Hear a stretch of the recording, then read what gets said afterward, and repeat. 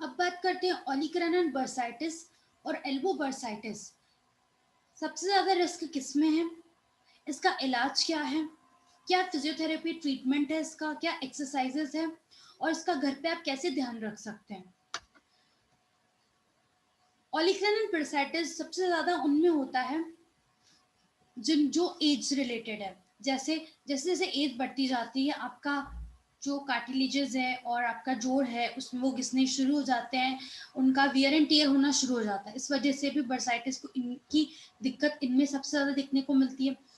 आपका काम करने का तरीका, अगर आपका ऑक्यूपेशन ऐसा है जिसमें आप पेंटिंग ज़्यादा करते हैं या म्यूजिकल इंस्ट्रूमेंट ज़्यादा बजाते हैं, गार्डनिंग का काम है या फिर आपको माइनिंग का काम है आपका, या आपको भारी सामान उठाना है हाथों में, तो जब ये रिपीटेड मूवमेंट होता है, इस वजह से भी ओलिकरन ब्रोसाइटिस इनको सबसे ज़्यादा होता है। फिर है, अगर आपको कोई ऐसी दिक्कत है जिसमें जैसे रूमेटॉइड आर्थराइटिस, गाउट या डायबिटीज़ है, या आपका वेट बहुत ज़्यादा है, तब भी नी आपका जो ओलिकरन बर्साइटिस है इसकी भी दिक्कत आ सकती है। जब इसकी दिक्कत आती है तो धीरे धीरे और भी जोड़ में बर्साइटिस की दिक्कत आनी शुरू हो जाती है। उसके साथ साथ अगर आप लॉन्ग टर्म स्मोकिंग करते हैं तो आपके जो टेंडन्स है, लिगामेंट्स है, वो वीक होने लगते हैं और ब्लड सर्कुलेशन जो होता है वो धीरे धीरे कम होने लगता है, खून का दौर जो बहाव है वो कम होने लगता है और ये दिक्कत आनी शुरू हो जाती है। इनमें सबसे ज़्यादा देखने को मिलता है। या फिर एथलीट्स, या ऐसी एक्टिविटी जो बार बार हो रही है, फोर आर्म की एक्टिविटी जिसमें कोनी को बार बार मोड़ना है, सीधा करना है, या कोनी को सीधा घुमाना है, फोर आर्म को सीधा या उल्टा घुमाना है, या ऐसा कोई रिपीटेड मूवमेंट, जब एक ही एक मूवमेंट बार बार करते ओवर यूज होता है, तो इनमें ये दिक्कत देखने को मिलती है। या फिर आपको पहले कोई कोनी पे चोट लग गई है, डायरेक्ट इंजरी हो गई है कोनी की, तब भी इनमें ये सबसे ज़्यादा रिस्क है। या फिर आपका ऑक्यूपेशन जिसमें आपका फोरआर्म का बार बार मूवमेंट हो रहा है, प्रोनेशन, या फोरआर्म की जो मांसपेशियां वो बार बार काम आ रही है, जैसे कुकिंग, पेंटर्स या फिर कंस्ट्रक्शन वर्कर्स, ऐसा जॉब जिसमें जैसे कंप्यूटर पे घंटों काम करना, तब या फिर स्टूडेंट्स जब घंटों पढ़ाई करते तो अपनी कोनी पे बल पे बैठते हैं, तो भी इनमें सबसे ज़्यादा रिस्क है। या फिर आपका वेट बहुत ज़्यादा है, ओवरवेट हो, तो भी आपको सबसे ज़्यादा रिस्क है ओलिकरन बर्साइटिस का। फिर बात करते हैं एल्बो बर्साइटिस और ओलिकरन बर्साइटिस का में क्या इलाज दे सकते हैं। नॉन सर्जिकल ट्रीटमेंट है इसका। आप इसके लिए आपको आपको जैसे ही आपको लगे, आपको फील हो मुझे दर्द हो रहा है, सूजन हो रहा है, तो आप राइस मेथड अप्लाई करें। यानी सबसे पहला है आपको रेस्ट पे रखना अपने हाथ को, ज़्यादा काम नहीं करना उस हाथ से, और एल्बो पैड्स आते हैं वो आपको पहनना ताकि आपका जो एल्बो बर्स है, आपकी जो कोनी है, उस पर एक्स्ट्रा प्रेशर ना पड़े। उसके साथ साथ आपको आइसिंग करनी है आपके सूजे वाले हिस्से पे, जहाँ आपको कोनी पे सूजन आ रखी, दर्द है, उस पर आपको 20 से 25 मिनट तक आपको आइसिंग करनी है, दिन में 4-5 बार। फिर आपको इलास्टिक बैंडेज आता है, कंप्रेशन बैंडेज, वो आपको पहन लेना है, रैप कर लेना है जब भी आप कुछ थोड़ा बहुत काम कर रहे हो, और रेस्ट पे रखना हाथ को। उसके बाद अपने अपने हाथों के नीचे 2 तकिए रख लेने और हाथों को ऊपर रखना है ताकि जो सूजन है वो निकल जाए। उसके साथ साथ और भी ट्रीटमेंट होते हैं। राइस मेथड तो ज़रूरी है ही, उसके साथ साथ दवाई होती है, एंटी इन्फ्लामेटरी ड्रग्स, ताकि आपका दर्द सूजन कम हो सके, इबुप्रोफेन, नेप्रोक्सन।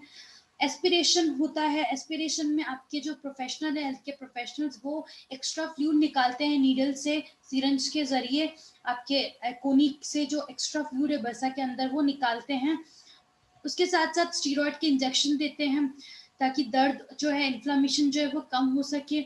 एंटीबायोटिक्स देते हैं, फ्लोक्लोक्सासिलिन और एजिथ्रोमाइसिन, ताकि आपकी जो दिक्कत है वो कम हो सके।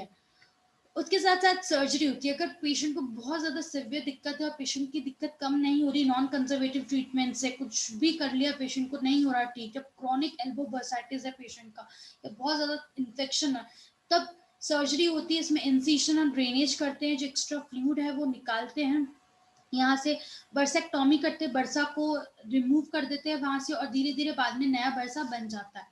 उसके बाद ऑस्टियोटॉमी करते हैं, जो बोन्स पर टुकड़ा हड्डी का निकल गया है वो निकाल देते हैं। उसके अलावा सर्जरी के बाद आपको स्लिंग पहनाते हैं, आर्म स्लिंग्स होते हैं जो आपको बेंट रखना है आपको 90 डिग्री पे, ताकि आपकी हीलिंग अच्छे से हो। उसके बाद फिजिकल थेरेपी एक्सरसाइजेस स्टार्ट होती है। अगर आपका स्टार्टिंग का दर्द है, ज़्यादा दिक्कत नहीं, तो एक्सरसाइजेस आप ठीक कर सकते हैं। एक्सरसाइजेस होती है एल्बो की, ताकि जो आपका दर्द है वो कम हो जाए, सूजन कम हो जाए, उसके साथ साथ का रेंज ऑफ मोशन इंक्रीज हो। स्ट्रेचिंग स्ट्रेंथनिंग एक्सरसाइजेस होती है ताकि आपके जो कोनी है उसमें स्ट्रेंथ आए, आपके एल्बो में स्ट्रेंथ आए, ताकि आपका जो खून का दौरा है वो सही हो, बहे, मसल्स जो है वो अच्छे से, मांसपेशियां कमजोर जो हो गई, वीक जो हो गई, अपने वापस ताकत आए, आपका रेंज ऑफ मोशन इंक्रीज हो, उसके साथ आप अपनी डेली एक्टिविटी कर सको, उसके साथ साथ आप इंडिपेंडेंट अपना काम कर सको, आपको मेडिसिन पे डिपेंडेंस ना रहे, और आप धीरे धीरे आपकी सूजना दर्द कम हो सके। इसके लिए एक्सरसाइजेस है, पहली फिंगर एक्सटेंशंस। इसमें आप ऐसे रबर बैंड अपने उंगलियों और हाथों पे से बांध लूंगी, फिर आपको आपको अपने हाथों को, अपनी उंगलियों को और अंगूठे को पास में लेके आना है, दूर लेके आना, मतलब स्ट्रेच करना है। हर एक्सरसाइज आपको 10-10 बार करनी है, दिन में 2 से 3 बार, और हर एक बार में 5 से 10 सेकंड तक रोकना है आपको। दूसरे रिस्ट फ्लेक्सर स्ट्रेच, इसमें आप हाथ बिल्कुल स्ट्रेट रख देंगे और अपने दूसरे हाथ से उस जो हाथ में दिक्कत है उसके उंगलियों को अंदर की तरफ लेके आएंगे, होल्ड करेंगे कंफर्टेबल स्ट्रेच तक, फिर रिलैक्स। फिर है रिस्ट एक्सटेंसर स्ट्रेच, इसमें आप हाथ सीधा रखेंगे, अपने दूसरे हाथ से अंदर की तरफ लेके आएंगे अपने उंगलियों को, होल्ड करेंगे, फिर रिलैक्स। एल्बो फ्लेक्सर स्ट्रेच, इसमें आप कोनी को मोड़ेंगे, अपने कंधे की तरफ लेके आएंगे, फिर सीधा करेंगे, मोड़ेंगे सीधा, ऐसे 10 बार करना है। उसके बाद एल्बो एक्सटेंशन स्ट्रेच, इसमें आपको अपने कोनी को पीछे की तरफ, अपने हाथों में फोरआर्म के पीछे की तरफ आपको अपना दूसरा हाथ रख लेना है। उसके बाद आपको प्रेशर लगाना है हाथों की तरफ, और अपोजिट प्रेशर लगा के आपको कोनी को खोलना है, होल्ड करना है, फिर रिलैक्स। रिस्ट कर्ल, इसमें आप शुरुआत में 1/2 kg से स्टार्ट करेंगे, यानी 3 पाउंड डंबल भी ले सकते हैं, पर शुरुआत में आप 1/2 kg से स्टार्ट करेंगे। कुछ भी 1/2 kg का वेट ले लेंगे आप घर पे, अगर आपके पास डंबल नहीं है तो आप 1/2 kg का नमक की थैली या 1/2 kg दाल या ऐसे भर के अपने हाथों में वो पकड़ लेंगे। फिर आपको अपनी कोनी को रेस्ट पे रखना है, अपने थाइस पे, फिर आपको बस रिस्ट को, अपनी कलाई को अंदर ऊपर लाना है, नीचे ले जाना, ऊपर ले जाना, नीचे, ऐसे 10-20 बार करना है। फोरआर्म को रोटेशन करना है, इसी वेट के साथ कोनी को और हाथों को बिल्कुल सीधा रखना है, फिर उल्टा करना है, सीधा करना है, उल्टा करना है। फिर बाइसेप्स कर्ल करना है आपको, यही वेट के साथ आपको कोनी को दूसरे हाथ से सपोर्ट रख के कोनी को मोड़ना है, सीधा करना है, मोड़ना है, सीधा करना है, ऐसे 10 बार करना है। फिर ग्रिपिंग एक्सरसाइज करनी है, आप सॉफ्ट बॉल आती है, tennis ball, soft rubber ball, वो आपको हाथ में ले लेना और दबाना है आपको। ये एक्सरसाइज आप 10-20 बार करेंगे, दिन में 4-5 बार।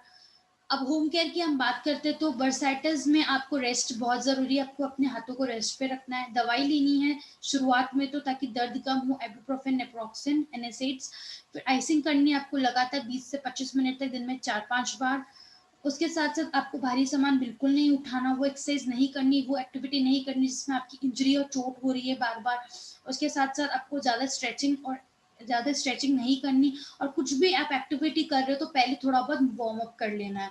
उसके साथ आपको अपना वेट नहीं बढ़ाना, वेट ज़्यादा है तो कम करना है, ओवर वेट नहीं होना। स्ट्रेंथनिंग एक्सरसाइजेस करनी है आपको, वार्म अप करना हमेशा, जब भी एक्सरसाइज करो उससे पहले अच्छी टेक्निक से। आप कुछ कोई खेल में हो, आप कुछ टेनिस में हो या गोल्फ प्लेयर्स हो, कुछ भी हो जिसमें आपको फोरआर्म का काम हो रहा है, रिस्ट का काम हो रहा है या एल्बो का काम हो रहा है, तो आपको अच्छे टेक्निक से, प्रॉपर टेक्निक से ही खेलना है। कीबोर्ड माउस का यूज कर रहे हो तो आपको हाथ बिल्कुल सीधा रखना है, ज्यादा मोड़ के नहीं रखना। धीरे धीरे अपनी पोजीशन चेंज करते रहना है। उसके साथ साथ लगातार घंटों काम नहीं करना, थोड़े थोड़े देर में ब्रेक लेते लेते काम करना है, रेस्ट में भी रखना है अपने हाथों को। अच्छी नींद लेनी है, रेस्ट करना है, उसके साथ स्ट्रेस बिल्कुल नहीं लेना, अपने पोस्चर को स्ट्रेट रखना है, सही रखना है, अच्छी डाइट लेनी है, वेट नहीं बढ़ाना और एक्टिव रहना है। Thank you.